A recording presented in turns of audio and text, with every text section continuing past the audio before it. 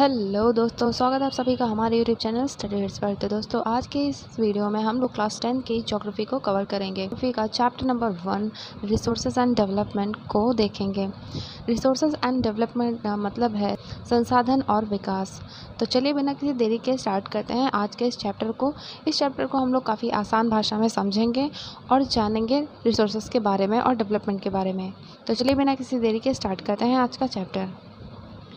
तो दोस्तों, सबसे पहले जानते हैं कि रिसोर्सेज क्या होती हैं। रिसोर्सेज वो सभी चीज़ें होती हैं जो हमारी नीड्स को पूरा करती हैं, मतलब जो हमारी ज़रूरतों को पूरा करती हैं। वहीं अगर डेवलपमेंट की बात करें तो डेवलपमेंट उन रिसोर्सेज का सही यूज़ करके प्रोग्रेस करना ही डेवलपमेंट कहलाता है। मतलब जो रिसोर्सेज मिलती हैं उनका सही से यूज़ करना ही उनका सही से यूज़ करना ही डेवलपमेंट है।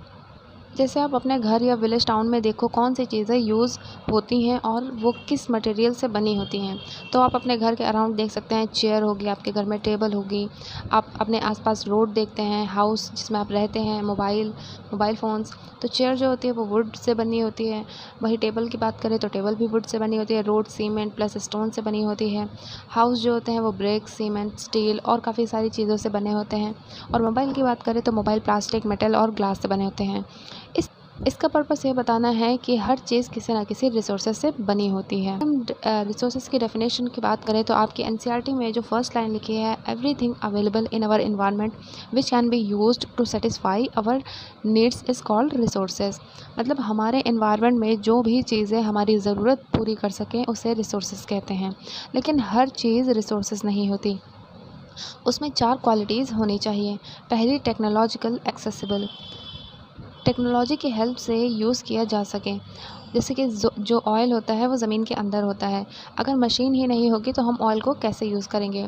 सेकंड है इकोनॉमिकली फ़ीज़िबल, मतलब उसे निकलना प्रॉफिटेबल होना चाहिए। जैसे कि अगर 1000 खर्च करके 500 का कोल निकले तो उसे कोई फ़ायदा नहीं होगा। वहीं तीसरा बात करें तो कल्चरली एक्सेप्टेबल होना चाहिए, लोग उस चीज़ को एक्सेप्ट करते हों। फॉर एग्ज़ाम्पल जैसे काऊ इंडिया में रिसोर्स है, लेकिन कुछ कंट्रीज़ में लोग काऊ का मीट खाते हैं और कुछ जगह पर नहीं। कल्चर भी इम्पॉर्टेंट होता है। इंडिया के कल्चर में काऊ को काफ़ी ज़्यादा महत्ता दी गई है। अब हम देखते हैं relationship between nature, technology and institution. आप लोग ट्रायंगल डायग्राम देख सकते हैं जिसमें बीच में ह्यूमन बींग्स है, उसके साइड में टेक्नोलॉजी, इंस्टीट्यूशन और नेचर दिया हुआ है। ये तीनों आपस में जुड़े हुए हैं। अगर इन तीनों में से कोई भी चीज़ नहीं होगी तो डेवलपमेंट नहीं होगा। मतलब कि इंसान अकेला कुछ नहीं कर सकता है, उसे डेवलपमेंट के लिए इन तीनों चीज़ की ज़रूरत पड़ती है।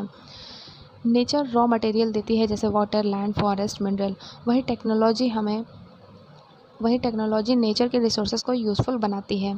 जो आयरन ओर होता है वो टेक्नोलॉजी से उसे हम आयरन बनाते हैं। वही क्रूड ऑयल की बात करें तो क्रूड ऑयल हमें नीचे मिलता है, जिसको टेक्नोलॉजी यानी मशीन्स के द्वारा पेट्रोल में कन्वर्ट किया जाता है। वहीं अगर इंस्टीट्यूशन की बात करें तो रूल्स और मैनेजमेंट ये सभी इंस्टीट्यूशन करते हैं, जैसे कि गवर्नमेंट, बैंक, कंपनी, पंचायत। तो इसका कंक्लूजन ये निकलता है कि जो नेचर होता है, technology, institution plus human effort को मिलाकर ही डेवलपमेंट होता है। Resources are not free gift of nature. पहले लोग सोचते थे कि नेचर फ्री में सब कुछ देती है। ये बात कम्प्लीटली सही नहीं है। जब तक इंसान किसी नेचुरल थिंग को यूज़फुल नहीं बनाता तब तक वो रिसोर्सेज नहीं बनती। कोल जंगल में पड़ा रहे तो उसका कोई यूज़ नहीं। जब ह्यूमन माइनिंग करते हैं तब उसे रिसोर्स बनाते हैं, इसलिए ह्यूमन भी रिसोर्स का इम्पॉर्टेंट पार्ट होते हैं। Classification of resources. बुक में रिसोर्सेज को 4 बेसिस पर डिवाइड किया गया है। और पहला है on the basis of origin. Origin मतलब रिसोर्सेज कहाँ से आए हैं। ये 2 टाइप्स के होते हैं, एक बायोटिक, लिविंग थिंग्स से रिलेटेड जैसे कि प्लांट्स, एनिमल, फॉरेस्ट, फिश, ये जो कभी लिविंग थे जैसे कोल और पेट्रोलियम। अब ये लिविंग थिंग्स नहीं हैं। और दूसरा है एबायोटिक जो नॉन लिविंग थिंग्स है जैसे land, water, air, rock, minerals. दूसरा है on the basis of exhaustibility, मतलब रिसोर्सेज ख़त्म हो गई या नहीं। जैसे कि पहला है, इसको भी 2 पार्ट में डिवाइड किया गया है। पहला है रिन्यूएबल रिसोर्सेज, यानी जो दोबारा नहीं बन सकते जैसे सनलाइट, विंड, वाटर, फॉरेस्ट, अगर सही तरीके से उसका यूज़ किया जाए तो।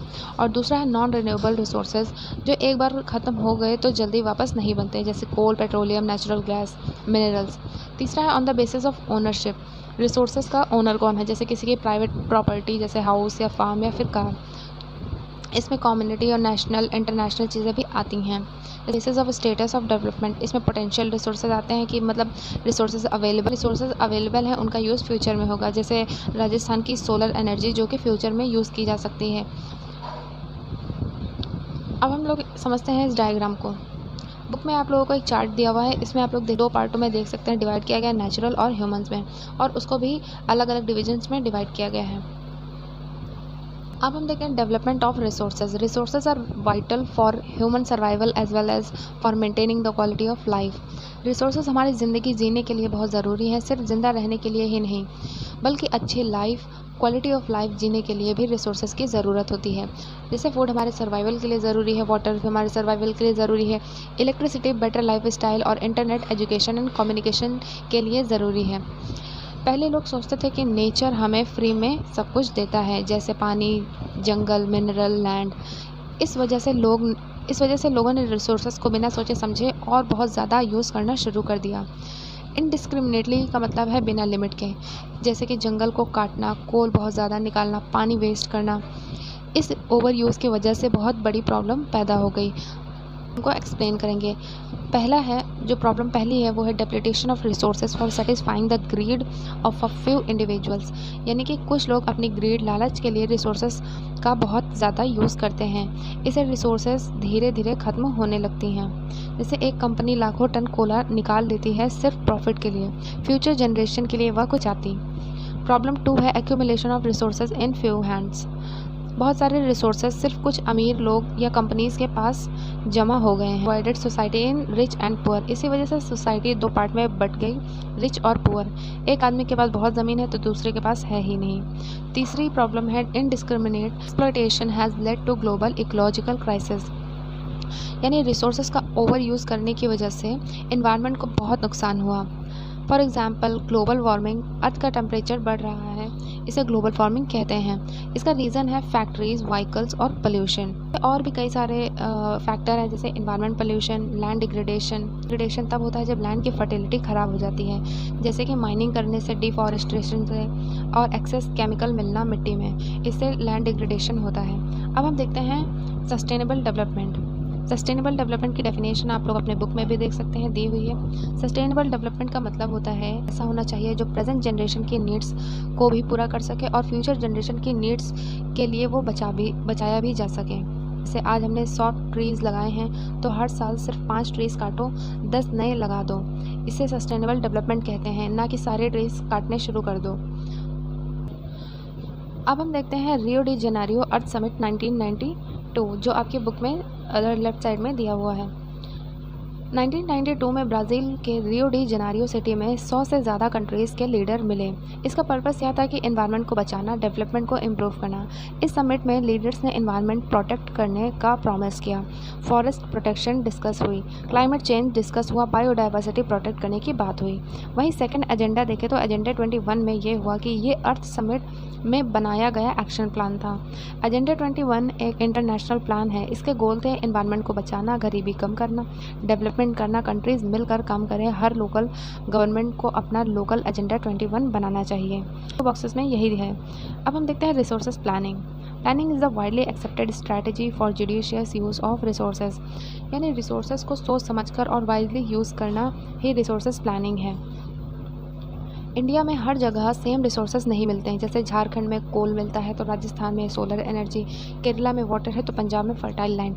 हर राज्य अलग अलग चीज़ों में रिच है, मतलब हर राज्य में कुछ अलग चीज़ें देखने को मिलती हैं। कुछ स्टेट रिसोर्सेज में रिच हैं, कुछ स्टेट रिसोर्सेज में पुअर हैं, इसलिए प्लानिंग बहुत इंपॉर्टेंट है। प्लानिंग रिसोर्सेज का मतलब है रिसोर्सेज को काफ़ी सोच समझकर यूज़ करना। अगर एक गांव में पानी कम है तो लोग रेन वाटर हार्वेस्टिंग करते हैं और पानी को बचाते हैं, ये रिसोर्सेज प्लानिंग है। इंडिया एक बहुत बड़ा देश है, हर स्टेट में सेम रिसोर्सेज नहीं मिलते। कहीं कोल है, कहीं ऑयल है, कहीं फर्टाइल लैंड है, कहीं फॉरेस्ट है, इसीलिए प्लानिंग बहुत ज़्यादा ज़रूरी है। कुछ जगह एक रिसोर्स बहुत होता है, दूसरे रिसोर्स बिल्कुल नहीं होते। हर रीजन की प्लानिंग अलग होनी चाहिए। अगर झारखंड, छत्तीसगढ़ और मध्य प्रदेश की बात करें तो ये तीनों राज्य मिनरल और कोल में काफ़ी ज़्यादा रिच हैं, मतलब यहाँ पे मिनरल और कोल काफ़ी ज़्यादा पाया जाता है। अगर अरुणाचल प्रदेश की बात करें तो यहाँ बहुत वाटर रिसोर्सेज हैं, बहुत सारी रिवर्स हैं, लेकिन इंफ्रास्ट्रक्चर यानी रोड और इंडस्ट्रीज़ कम डेवलप्ड मिलेंगी। यानी कि रिसोर्सेज तो हैं लेकिन उसका पूरा यूज़ नहीं हो पा रहा। अगर राजस्थान की बात करें तो राजस्थान में सोलर एनर्जी, विंड एनर्जी बहुत ज़्यादा है, लेकिन वाटर की शॉर्टेज है, इसलिए हर स्टेट का डेवलपमेंट अलग प्लानिंग से होता है। अगर लद्दाख की बात करें तो लद्दाख एक रिच कल्चर हेरिटेज है। यहाँ पर वाटर की कमी है, इंफ्रास्ट्रक्चर कम है, मिनरल्स भी कम हैं और दूसरे पार्ट से कनेक्शन भी कम है, इसलिए डेवलपमेंट डिफ़िकल्ट होता है। हर स्टेट को उसकी सिचुएशन के हिसाब से प्लानिंग करनी चाहिए और वैसी ही प्लानिंग होनी चाहिए। प्लानिंग के काफ़ी सारे लेवल्स होते हैं। नेशनल लेवल पर प्लानिंग बनाई जाती है, स्टेट लेवल पर अलग प्लान होते हैं, रीजनल और लोकल लेवल पर अलग होते हैं। Resource planning in India. India में रिसोर्स प्लानिंग के 3 स्टेप होते हैं। Step number 1, identification and inventory resources. सबसे पहले पता लगाया जाता है कि रिसोर्सेज कहाँ कहाँ हैं। इसके लिए हम सर्वे, मैपिंग, मेजरमेंट, एस्टिमेशन करते हैं। फॉर एग्जांपल गवर्नमेंट सर्वे करती है कि कोल कितना है, वाटर कितना है। इन सभी चीज़ों की मदद से, मेजरमेंट और एस्टिमेशन और मैपिंग की मदद से। Step number 2, planning structure. Resources मिलने के बाद उसको यूज़ कैसे करना है, इसके लिए प्लानिंग बनाई जाती है। प्लानिंग में इंक्लूड होता है technology, skilled people, institution, government policies and budget. तीसरा है matching with national development plans, यानी रिसोर्सेज प्लानिंग को इंडिया के डेवलपमेंट प्लान्स के साथ मैच किया जाता है ताकि पूरे देश का डेवलपमेंट हो। इंडिपेंडेंस के बाद से इंडिया रिसोर्सेज प्लानिंग पर काम कर रहा है। फर्स्ट 5 ईयर प्लान से ही गवर्नमेंट ने प्लानिंग शुरू कर दी थी। सिर्फ रिसोर्सेज होना ही काफ़ी नहीं है, उस रिसोर्स का यूज़ करने के लिए कुछ चीज़ें चाहिए होती हैं, जैसे technology, money, road, education, industry, government support. For example Arunachal Pradesh में बहुत सारे रिवर्स हैं लेकिन इंडस्ट्रीज़ कम हैं, तो वाटर होने के बाद भी डेवलपमेंट स्लो है। टेक्नोलॉजी और इंस्टीट्यूशन अच्छे नहीं होंगे तो रिसोर्सेज होने के बाद भी डेवलपमेंट नहीं होगा। The history of colonization reveals that rich resources in colonies were the main attraction for foreign invaders। यानी कि पहले पावरफुल कंट्रीज़ जो होती थी वो दूसरी कंट्रीज़ पर कब्जा कर लेती थी, उन कंट्रीज़ के रिसोर्सेज को यूज़ करती थी। जैसे कि ब्रिटिश इंडिया आए, इंडिया के रिसोर्सेज का यूज़ किया और अपनी इकोनॉमी स्ट्रॉन्ग बनाई। रिसोर्सेज यानी रिसोर्सेज को कैसे बचाया जाए। डेवलपमेंट के लिए रिसोर्सेज बहुत ज़्यादा ज़रूरी होती हैं। अगर हम रिसोर्सेज को बिना सोचे समझे यूज़ करेंगे तो प्रॉब्लम होगी, जैसे सोशल प्रॉब्लम, इकोनॉमिक प्रॉब्लम और एनवायरमेंटल प्रॉब्लम। रिसोर्सेज को बचाना बहुत ज़रूरी है, इसी को रिसोर्सेज कंजर्वेशन कहते हैं। गांधी जी ने कहा, गांधी जी का एक क्वाट लिखा हुआ है, लास्ट लाइन में आप लोग देख सकते हैं, there is enough for everybody's needs and not for anybody's greed. यानी धरती पर हर इंसान की ज़रूरत पूरी करने के लिए रिसोर्सेज हैं, लेकिन किसी एक इंसान की लालच यानी ग्रीड पूरी करने के लिए नहीं। मतलब नीड के हिसाब से किसी रिसोर्स को यूज़ करें, अपने ग्रीड के लिए उसे यूज़ मत करो। The greedy and selfish individual exploitative nature of modern technology as the root cause। Gandhi ji मानते थे कि रिसोर्सेज ख़त्म होने का सबसे बड़ा रीज़न इंसान की लालच यानी ग्रीड, सेल्फिश बिहेवियर और मॉडर्न टेक्नोलॉजी का गलत ओवरयूज़ है। आज मशीन की मदद से बहुत तेज़ी से माइनिंग, कटिंग और प्रोडक्शन होता है, जिसकी वजह से रिसोर्सेज जल्दी ख़त्म हो रहे हैं। He was against mass production and wanted production by the masses. Gandhi ji mass production, बहुत बड़े लेवल पर मशीन से प्रोडक्शन के अगेंस्ट थे। उनका मानना था कि प्रोडक्शन बाय द मास होना चाहिए, मतलब ज़्यादा से ज़्यादा लोग छोटे इंडस्ट्रीज़ और कॉटेज इंडस्ट्रीज़ में काम करें। बढ़ेगा, रिसोर्सेज का मिसयूज़ कम होगा और डेवलपमेंट सबको मिलेगा। अब हम देखते हैं इस बॉक्स में, आप लोग देख सकते हैं international level the club of Rome के बारे में कुछ दिया हुआ है। इसको समझते हैं ये क्या है। 1968 में क्लब ऑफ रोम नाम की एक इंटरनेशनल ऑर्गेनाइजेशन ने पहली बार दुनिया को बताया कि रिसोर्सेज को बचाना बहुत ज़रूरी है।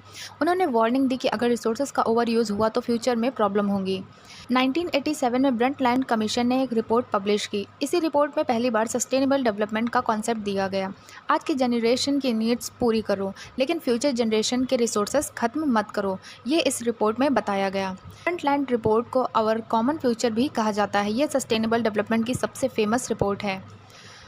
1992 में ब्राज़ील के रियो डी जनेरियो में अर्थ समिट हुआ। यहाँ वर्ल्ड के लीडर्स ने डिसाइड किया कि एनवायरनमेंट को बचाना और रिसोर्सेज का प्रॉपर यूज़ करना बहुत ज़रूरी है। अब हम देखते हैं लैंड रिसोर्सेज। हम सब हम सभी लैंड पर, ज़मीन पर ही हमारे घर बने हैं, फार्मिंग होती है, इंडस्ट्रीज़ चलती हैं, रोड्स बनती हैं और स्कूल और हॉस्पिटल सभी ज़मीन पर हैं यानी लैंड पर हैं। इसीलिए लैंड हमारा सबसे इम्पॉर्टेंट नेचुरल रिसोर्स है। It supports natural vegetation, wild life and human life. सभी चीज़ों के लिए होता है, जैसे कि ट्रांसपोर्टेशन के लिए, ह्यूमन लाइफ, वाइल्ड लाइफ, सभी एक्टिविटीज़ में लैंड का यूज़ होता है। अब हम देखते हैं इंडियाज़ रिलीफ फीचर। इस बुक में 3 पार्ट्स में लैंड फॉर्म्स को डिवाइड किया गया है। पहला है प्लेन्स, जो कि 43% है। इंडिया की लगभग 43% लैंड प्लेन है। ये सबसे यूज़फुल है क्योंकि यहाँ पर ही एग्रीकल्चर होता है, यहीं पर हम रहते हैं, इंडस्ट्रीज़ बनती हैं, सिटीज़ डेवलप होती हैं। तो वो कौन से एरिया में होते हैं? वो सब प्लेन एरिया में होता है। 30% माउंटेन्स है, लगभग 30% लैंड माउंटेन है। माउंटेन्स रिवर का सोर्स होते हैं, टूरिज़्म बढ़ाते हैं, फॉरेस्ट प्रोवाइड करते हैं और क्लाइमेट को बैलेंस करते हैं। और 27% प्लेट्यूज़ हैं, लगभग 27% लैंड प्लेट्यू है यानी पठार है। प्लेट्यू में हमें मिनरल्स मिलते हैं, कोल मिलता है, आयरन ओर मिलता है, फॉरेस्ट भी होते हैं, इसीलिए इंडस्ट्रीज़ के लिए इम्पॉर्टेंट है ये सभी पठार। अब हमने लैंड का यूज़ समझ लिया, अब हम समझते हैं लैंड यूटिलाइजेशन। ये होता है, इस बुक में 5 कैटेगरीज बताई गई हैं। पहला है फॉरेस्ट। ये लैंड फॉरेस्ट के लिए रिजर्व होती हैं, जैसे यहाँ पे नेशनल पार्क्स बनते हैं, फॉरेस्ट में रिजर्व फॉरेस्ट होते हैं। सेकेंड है land not available for cultivation. इस लैंड पर फार्मिंग नहीं होती। ये 2 तरह के होते हैं, पहला बैरन एंड वेस्टलैंड। और बैरन और वेस्टलैंड ऐसी जगह होती हैं जहाँ पर कुछ उगाया नहीं जा सकता, जैसे रॉकी लैंड या फिर डेजर्ट, यानी जो चट्टानी जगह होती है या फिर जो डेजर्ट एरिया होता है।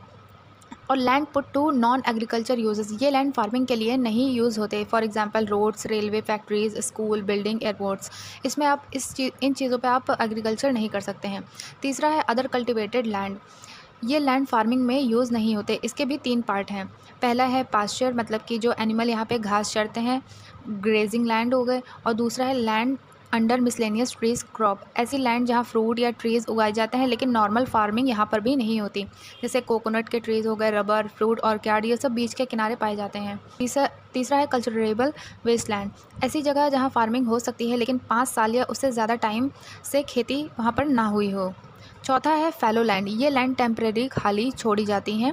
इसका रीज़न ये होता है कि सॉइल को थोड़ा रेस्ट देना। इसके 2 टाइप हैं, एक करंट फैलो है, सिर्फ 1 साल के लिए फार्मिंग यहाँ पे नहीं होती है, और अदर है करंट फैलो, इसमें 1 से 5 साल तक फार्म होती है। पांचवा है net sown area. Sown area, जिस लैंड पर एक्चुअल में क्रॉप उगाई जाती है उसे नेट सोन एरिया कहते हैं। ये क्वेश्चन पूछ सकता है कि एग्रीकल्चर कौन से एरिया में होता है, तो ये होता है net sown area. Gross cropped area, अगर एक ही लैंड पर एक साल में 2 या 3 बार क्रॉप्स उगाई जाती हैं और वो भी डिफरेंट होती हैं, उसे क्रॉप्ड एरिया कहते हैं। जैसे एग्जांपल रबी क्रॉप्स, खरीफ क्रॉप्स, ज़ैद क्रॉप, एक ही फील्ड में 3 क्रॉप्स जहाँ पर उगाए जाते हैं उसे ग्रॉस क्रॉप्ड एरिया बोलते हैं। पैटर्न इन इंडिया, लैंड का यूज़ किन चीज़ों पर डिपेंड करता है? पहला तो होता है फिजिकल फैक्टर, फिर दूसरा होता है ह्यूमन फैक्टर।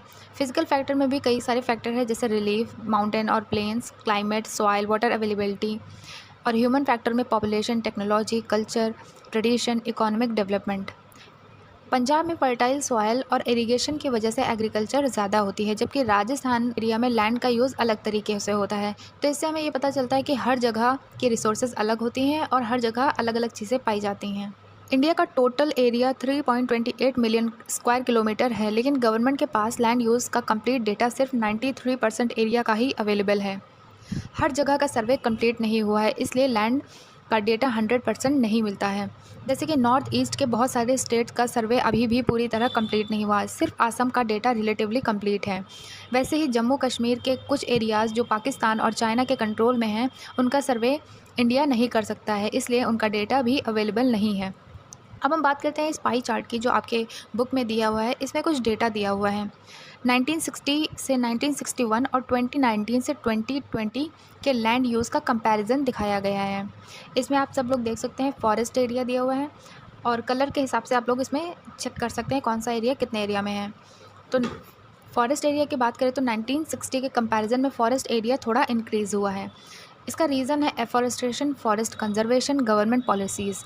सेकेंड है net sown area. Net sown area लगभग सेम रहा है, थोड़ा सा ही चेंज हुआ है। इसका रीज़न इंडिया में ज़्यादा नई फार्मिंग लैंड अवेलेबल नहीं है। Land for non agriculture uses, ये एरिया इंक्रीज़ हुए हैं। इसका रीज़न है पॉपुलेशन बढ़ी है, सिटीज़ भी इंक्रीज़ हुए, रोड्स भी बनी है, इंडस्ट्रीज़ और बिल्डिंग, स्कूल, सभी चीज़ों में इंक्रीजमेंट आई है। नेक्स्ट है बैरन एंड वेस्टलैंड। इसमें भी रिडक्शन हुआ है। इसका रीज़न कुछ बैरन लैंड को फार्मिंग या डेवलपमेंट के लिए यूज़ नहीं किया गया है। जब ग्रेजिंग लैंड कम हो गया तो इतने सारे एनिमल्स को चारा कहाँ से मिलेगा? ये एक एनवायरमेंटल कॉन्सर्न है। जो लैंड 1 से 5 साल के लिए खाली छोड़ी जाती हैं, उसे बाद में दोबारा फार्मिंग के लिए यूज़ किया जाता है। ये परमानेंटली वेस्ट नहीं होते हैं। अगर टेम्परेरी फैलो लैंड्स को भी काउंट करें तो इंडिया लगभग 54% लैंड एग्रीकल्चर से रिलेटेड हो जाती है। स्टेट में फार्मिंग लैंड सेम नहीं होती, कहीं ज़्यादा होती है तो कहीं पर कम होती है। पंजाब और हरियाणा में 80% से ज़्यादा लैंड पर फार्मिंग होती है। इसका रीज़न है क्योंकि वहाँ पर फर्टाइल सॉइल मिलता है, इरिगेशन है, फ्लैट प्लेन्स है और मॉडर्न फार्मिंग टेक्निक्स हैं। वहीं अगर बात करें अरुणाचल प्रदेश, मिज़ोरम, मणिपुर, अंडमान निकोबार, इन स्टेट में 10% से भी कम लैंड फार्मिंग के लिए यूज़ होता है। इसका रीज़न है यहाँ पर काफ़ी सारे माउंटेन्स हैं, डेंस फॉरेस्ट है, हैवी रेनफॉल होती है और अनइवन लैंड है, इसलिए फार्मिंग यहाँ पर डिफ़िकल्ट होती है। एक्सपर्ट के हिसाब से किसी भी कंट्री के टोटल एरिया का 33% हिस्सा फॉरेस्ट होना चाहिए, लेकिन इंडिया में एक्चुअल फॉरेस्ट कवर इस आइडियल से कम है। 1952 की नेशनल फॉरेस्ट पॉलिसी ने रिकमेंड किया था कि इंडिया में लगभग 33% लैंड फॉरेस्ट के अंडर होनी चाहिए। इससे इन्वायरमेंट और क्लाइमेट दोनों सेफ रहेंगे। इकोलॉजिकल बैलेंस बनाए रखने के लिए फॉरेस्ट बहुत ज़रूरी है क्योंकि ये हमारा क्लाइमेट बैलेंस रखते हैं, रेनफॉल में हेल्प करते हैं, सॉइल इरोजन रोकते हैं, वाइल्ड लाइफ को हैबिटेट देते हैं और ऑक्सीजन प्रोवाइड करते हैं। इसलिए फॉरेस्ट को बचाना बहुत इम्पॉर्टेंट है। अब हम देखते हैं पेज नंबर 6 की first line. The livelihood of millions of people who live on the fringe of these forest depend upon it. Fringe का मतलब होता है फॉरेस्ट के आसपास का एरिया। लाखों लोग जो फॉरेस्ट के पास रहते हैं उनकी रोज़ी रोटी फॉरेस्ट पर डिपेंड करती है। उन्हें फॉरेस्ट से मिलता है लकड़ी यानी would, fruits, Honey, medicines, bamboo, fuels. इसीलिए फॉरेस्ट सिर्फ एनवायरनमेंट के लिए नहीं बल्कि लोगों के इनकम के लिए भी इम्पॉर्टेंट है। A part of the land is termed as wasteland and land put to other non-agriculture uses। सारी लैंड फार्मिंग के लिए यूज़ नहीं होती, कुछ लैंड होती है जो वेस्ट लैंड जहाँ पर फार्मिंग करना मुश्किल होता है, जैसे rocky land, desert, arid areas. और नॉन एग्रीकल्चर लैंड, ये लैंड फार्मिंग के लिए नहीं होते हैं, जैसे कि रोड्स, रेलवे, इंडस्ट्रीज़। अगर हम लैंड का लगातार यूज़ करते रहें और उसकी केयर ना करें तो लैंड की क्वालिटी ख़राब हो जाती है। इसी को लैंड डिग्रेडेशन कहते हैं। फॉर एग्ज़ाम्पल, हर साल सेम फील्ड में फार्मिंग करना बिना सॉइल को रेस्ट दिए तो ये लैंड डिग्रेडेशन हो जाएगा। डिग्रेडेशन से सिर्फ लैंड ही ख़राब नहीं होती, इसका बुरा इफ़ेक्ट पड़ता है एग्रीकल्चर पर, फार्मर पर और इन्वायरमेंट पर और इकोनॉमी पर। डिग्रेडेशन तो समझ में आ गया होगा। इससे एक प्रश्न भी बनता है कि लैंड डिग्रेडेशन क्या है। लैंड को लगातार यूज़ करते रहें और उसकी केयर ना करें तो लैंड की जो क्वालिटी होती है वो ख़राब हो जाती है। इसी को लैंड डिग्रेडेशन कहते हैं। जैसे कि हर साल सेम फील्ड पर ही फार्मिंग करना, इसे लैंड डिग्रेडेशन कहते हैं, बिना सॉइल को रेस्ट दिए हुए। अब हम बढ़ते हैं, हेडिंग देखते हैं, land degradation and conservation measures. ये लैंड सिर्फ लैंड का यूज़, हमारे एंसेस्टर ने भी इसी लैंड का यूज़ किया और फ्यूचर जनरेशन भी इसी लैंड को यूज़ करेगी, इसलिए हमें लैंड को बचाकर रखना चाहिए। लगभग 95% ज़रूरतें लैंड से पूरी होती हैं, जैसे food, clothes, house, industries, road, सब लैंड पर ही डिपेंड है। इंसान की एक्टिविटीज़ की वजह से लैंड ख़राब हो जाती हैं। अब हम देखते हैं causes of land degradation. Causes of land degradation में पहला है डिफॉरेस्ट्रेशन, यानी पेड़ों का काटना। इसका रिजल्ट होता है soil erosion, flood, less rainfall. Second है ओवर ग्रेजिंग, एनिमल्स को बहुत ज़्यादा एक ही जगह पर घास चरने देना। इसका रिजल्ट होता है कि ग्रास खत्म हो जाती है, सॉइल लूज़ हो जाती है और लैंड बैरन बन जाते हैं। तीसरा है माइनिंग, कोल और मिनरल निकालना। इसका रिजल्ट ये निकलता है कि डीप पिट्स हो जाते हैं, डस्ट, पॉल्यूशन और लैंड डैमेज होता है। चौथा है क्वायरिंग, स्टोन्स और रॉक्स निकालना। रिजल्ट होता है कि लैंड की सरफेस काफ़ी ज़्यादा ख़राब हो जाती है। झारखंड, छत्तीसगढ़, मध्य प्रदेश और उड़ीसा, यहाँ माइनिंग बहुत होती है। माइनिंग के लिए फॉरेस्ट काटे जाते हैं, इसलिए यहाँ लैंड डिग्रेडेशन ज़्यादा होता है। वहीं गुजरात, राजस्थान और मध्य प्रदेश और महाराष्ट्र की बात करें, यहाँ मेजर प्रॉब्लम ओवर ग्रेजिंग है। एनिमल बहुत ज़्यादा ग्रास खा लेते हैं। इसका रिज़ल्ट ये होता है कि यहाँ पर लैंड जो है बंजर बन जाते हैं। पंजाब, हरियाणा और वेस्टर्न उत्तर प्रदेश की बात करें तो यहाँ पर ओवर इरिगेशन ज़्यादा है। लोग बहुत ज़्यादा इरिगेशन करते हैं। इसका रिज़ल्ट वाटर लॉगिंग और सॉइल में सॉल्ट जमा हो जाती है। इसको कहते हैं सैलिनिटी या फिर अल्कलाइनिटी, काफ़ी ज़्यादा हार्मफुल होते हैं। Mineral processing industries, limestone, Calicut और सोपस्टोन, इनको ग्राइंड करने से बहुत डस्ट निकलती है। ये डस्ट सॉइल पर गिरती है। इसका रिज़ल्ट ये होता है कि रेन वाटर सॉइल के अंदर नहीं जा पाता, इसलिए सॉइल की क्वालिटी काफ़ी ज़्यादा ख़राब हो जाती है। फैक्ट्रीज़ का केमिकल वेस्ट अगर बिना ट्रीटमेंट के लैंड और रिवर में छोड़ दिया जाए तो लैंड पोल्यूशन और वाटर पोल्यूशन दोनों होते हैं। ये आज इंडिया में काफ़ी ज़्यादा मेजर प्रॉब्लम हो रही है। कॉजेज़ हैं तो इसके सॉल्यूशन भी होंगे। इसका सॉल्यूशन है एफॉरेस्टेशन, यानी ज़्यादा से ज़्यादा पेड़ लगाओ। सेकंड है प्रॉपर ग्रेजिंग मैनेजमेंट, एनिमल को एक ही जगह बार बार मत चराओ। Plant shelter belt, desert area में ट्रीज़ की लाइन लगाई जाती है। ये हवा को स्लो करती है और इसका रिजल्ट ये होता है कि सॉइल ज़्यादा उड़ती नहीं है। चौथा है कंट्रोल ओवर ग्रेजिंग को रोकना। पांचवा है stabilisation of sand dunes, desert में थॉर्नी ब्रशेस लगाते हैं, इससे जो रेत होती है वो उड़ती नहीं है। Proper waste land management, waste land को इम्प्रूव करो, ट्रीज़ लगाओ, सॉइल को काफ़ी ज़्यादा इम्प्रूव करना चाहिए। कंट्रोल माइनिंग केयरफुली करनी चाहिए, इसमें पेड़ों की कटाई कम होनी चाहिए। Proper disposal of industrial waste, factory का केमिकल वेस्ट डायरेक्टली लैंड या रिवर्स में नहीं डालना चाहिए। पहले ट्रीटमेंट उसका करो, फिर उसके बाद डिस्पोज करके उसे डालो। अब हम देखते हैं soil as a resource. Soil is the most important natural resource. मिट्टी हमारा सबसे इम्पॉर्टेंट नेचुरल रिसोर्स है। विदाउट सॉइल फार्मिंग नहीं हो सकती है, यानी खेती नहीं हो सकती है, और फूड नहीं मिलेगा। फूड कैसे नहीं मिलेगा? जब तक सब्जियां नहीं उगाई जाएंगी सॉइल में, तब तक फूड हमें कैसे मिलेगा? या फिर बहुत सारी चीज़ें सॉइल से ही होती हैं। प्लांट्स मिट्टी में ही ग्रो करते हैं, सॉइल उन्हें वाटर मिनरल सपोर्ट देती है। सॉइल में बहुत सारे लिविंग ऑर्गेनिज्म रहते हैं, जैसे अर्थवॉर्म, बैक्टीरिया, फंगी, इंसेक्ट, ये सब सॉइल को फर्टाइल बनाते हैं। सॉइल एक दिन में नहीं बनती, रॉक को टूटने और वेदरिंग से मिलियन ऑफ ईयर लगते हैं, इसलिए सॉइल को वेस्ट नहीं करना चाहिए। सॉइल बनने में ये फैक्टर हेल्प करते हैं। पहला, relief, parent rock, climate, vegetation, time, running water, wind, glacier, decomposition, सब मिलाकर सॉइल बनाते हैं। अब आप लोग एक डायग्राम देख सकते हैं, ये लेयर्स वाला। सॉइल के 4 लेयर्स दिखाई दे रही हैं। पहला है टॉप सॉइल, सबसे ऊपर वाली लेयर सबसे फर्टाइल होती है, प्लांट्स यहीं ग्रो करते हैं, ह्यूमस सबसे ज़्यादा इसी में पाया जाता है। सेकंड है सब सॉइल, टॉप सॉइल के नीचे जो है, इसमें क्ले, सैंड, वेदर्ड रॉक होते हैं। तीसरा है सबस्ट्रेटम, और नीचे वाली लेयर, यहाँ पर वेदर्ड पेरेंट रॉक होती हैं। और चौथा है बेड रॉक, सबसे नीचे सॉलिड रॉक होती है। इसी से धीरे धीरे सॉइल बनती है।